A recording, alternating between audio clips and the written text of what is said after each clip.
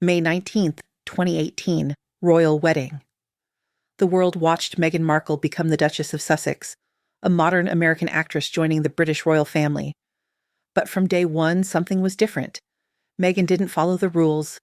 She broke protocol, ignored traditions, did things her own way, and the palace was furious. For centuries, the royal family has lived by strict rules. How to sit, how to dress, how to wave, every detail controlled, every movement planned. But Meghan challenged everything. Tonight we reveal 7 times Meghan Markle broke royal protocol. 7 moments that shocked the palace and changed the monarchy forever. This is the story of a woman who refused to be controlled. Protocol. Break number 1, closing her own car door. September 2018, Meghan arrived at the royal variety performance. The car pulled up, cameras flashed. Then Meghan did something shocking. She closed her own car door. For royals, absolutely forbidden.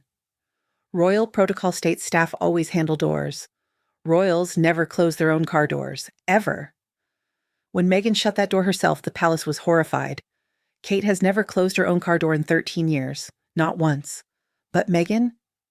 She did it repeatedly. October 2018 again. January 2019 again. Each time, palace aides cringed. This wasn't about doors. It was Meghan showing she wouldn't follow pointless rules. Former royal butler Grant Harold said, "When a royal closes their own door, it sends a message." The palace tried to correct her. She understood. She just didn't care. This simple act became symbolic. A woman who would do things her way. Protocol break. Number 2, wearing dark nail polish.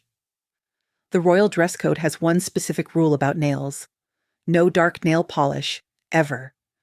The Queen only wears nude or pale pink. She considers dark colors vulgar. Kate has followed this for over a decade. Always neutral tones, never anything dramatic. Meghan? She wore dark polish repeatedly. June 2018, deep burgundy nails. September 2018, black polish at a fashion event. The palace dress code clearly states colored nail enamel is not appropriate. But Meghan ignored this completely. Royal expert Victoria Arbiter. Meghan's dark polish is deliberate rebellion.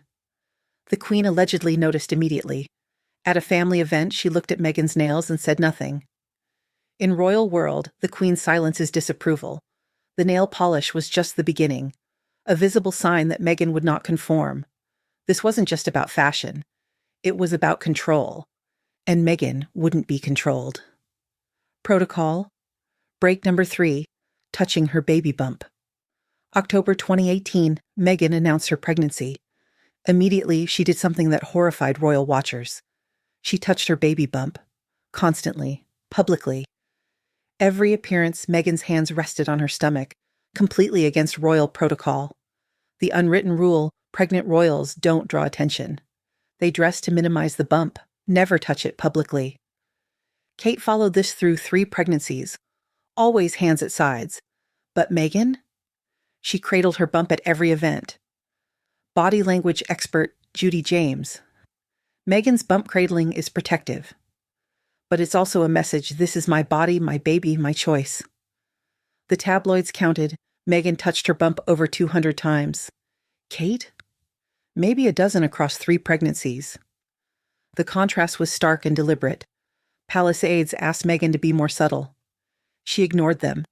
This was her pregnancy, her body, her baby. The palace saw threat. Meghan saw freedom. Protocol.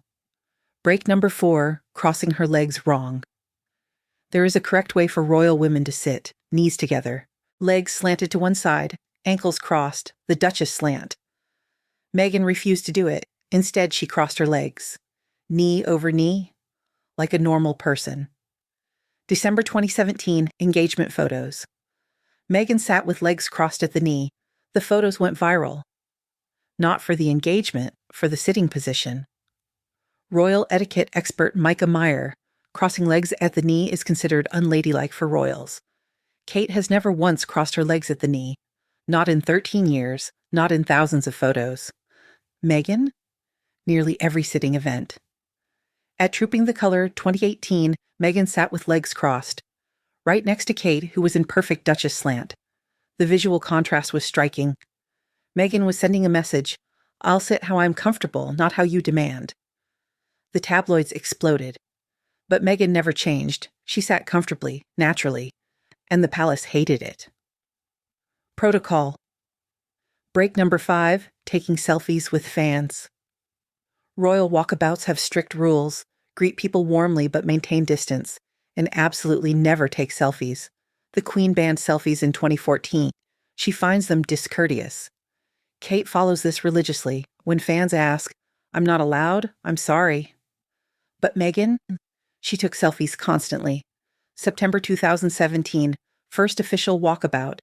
Fan asked for a selfie. Meghan smiled and posed. Palace aides were horrified. They briefed her on the no selfie policy. She understood and ignored it.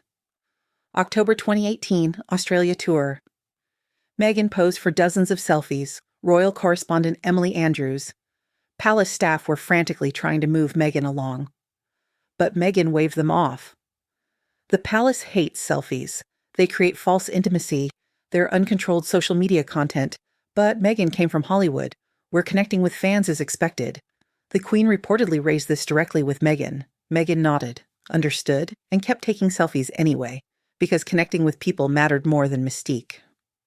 Protocol, break number 6. Signing autographs. Royals never sign autographs. Never. The official reason: autographs could be forged. The real reason: autographs suggest celebrity. Royals are above that. Kate has never signed an autograph in 13 years. Charles won't. William won't. It's absolute. Except Meghan broke it. September 2019, visit to a school. A young girl asked Meghan to sign her book. Meghan hesitated. She knew the rule. Then she wrote, "Hi, Caitlin. Dream big." Palace aides were furious. Royal correspondent Richard Palmer. They reminded Meghan that royals don't sign autographs. She apparently said, "It was just a child asking." But rules don't have exceptions based on feelings. And she did it again. October 2019, another school visit. Another autograph.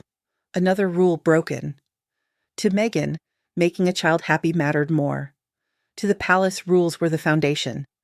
This was about whether Meghan would submit to royal authority, and increasingly the answer was no. Protocol break. Number 7. Holding baby Archie wrong, May 8, 2019. Meghan and Harry presented baby Archie, but within hours, the criticism began. Meghan was holding the baby wrong. Royal babies are presented in specific ways: wrapped in traditional shawls, held formally, face visible to photographers. Diana did it with William and Harry. Kate did it with George, Charlotte, and Louis. Stand on hospital steps, hold baby facing forward, smile, wave, show the air. But Meghan refused the hospital steps photo. She gave birth at Portland Hospital privately, then presented Archie at Windsor Castle. In a private room, selected media only. When she presented Archie, she held him close to her chest. Face partially hidden, cradled protectively. The criticism was immediate. Why is Meghan hiding the baby? Kate showed her babies properly. Royal commentator Angela Levin. The way Meghan held Archie was very unroyal. Royal babies are public property in a sense. But that's exactly what Meghan rejected. Archie wasn't public property. He was her son, her private baby. Body language expert Judy James. Meghan wasn't presenting an heir. She was protecting her child. The contrast with Kate was stark. Kate stood on hospital steps hours after birth.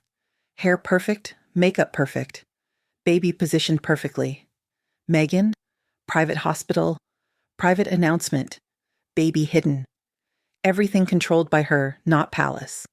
Former BBC correspondent Peter Hunt. This was Meghan's line in the sand. She would not perform her motherhood. And that's when the palace realized they'd lost. Meghan wasn't going to conform, and if the palace didn't like it, she would leave, which is exactly what she did. The truth about Meghan's protocol breaks 7 times. Meghan Markle broke royal protocol. 7 moments that seemed small individually.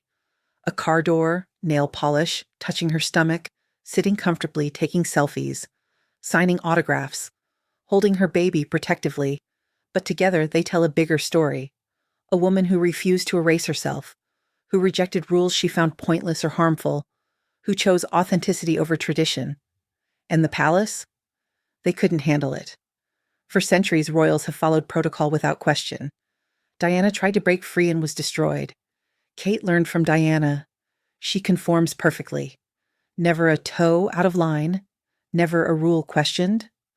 But Meghan came from a different world, where women don't curtsy to men because of bloodline, where touching your pregnant stomach is natural, where being warm with fans is expected. She brought those values into the palace, and the institution couldn't cope. Royal historian Dr. Anna Whitelock said, Meghan's protocol breaks weren't accidents. They were deliberate choices to maintain her identity. The monarchy demands total submission. Meghan refused. Each broken protocol was an act of resistance, a woman saying, I will not be controlled. I will not perform. I will not submit. I will be myself, even if it costs me everything. And it did cost her everything. The tabloids attacked relentlessly. The palace briefed against her. The public turned hostile, until Meghan and Harry made the only choice they could. They left, walked away from the institution that demanded conformity, chose freedom over protocol, truth over tradition. Today, Meghan lives in California. She closes her own car doors, wears whatever nail polish she wants, takes selfies, signs autographs, holds her children however she chooses. And the palace? They got what they wanted. Meghan is gone. The protocols remain. But the world watched, and millions saw a woman who refused to be broken, who broke rules instead of breaking herself. 7 protocol breaks that changed the monarchy forever. Because Meghan proved something dangerous. You don't have to follow rules that diminish you. You don't have to sacrifice yourself for tradition. You can walk away. Choose yourself, live freely, even if the cost is a crown. The palace wanted Meghan to conform, to become another Kate, another silent royal wife. But Meghan chose something better. She chose herself, and that choice will echo for generations.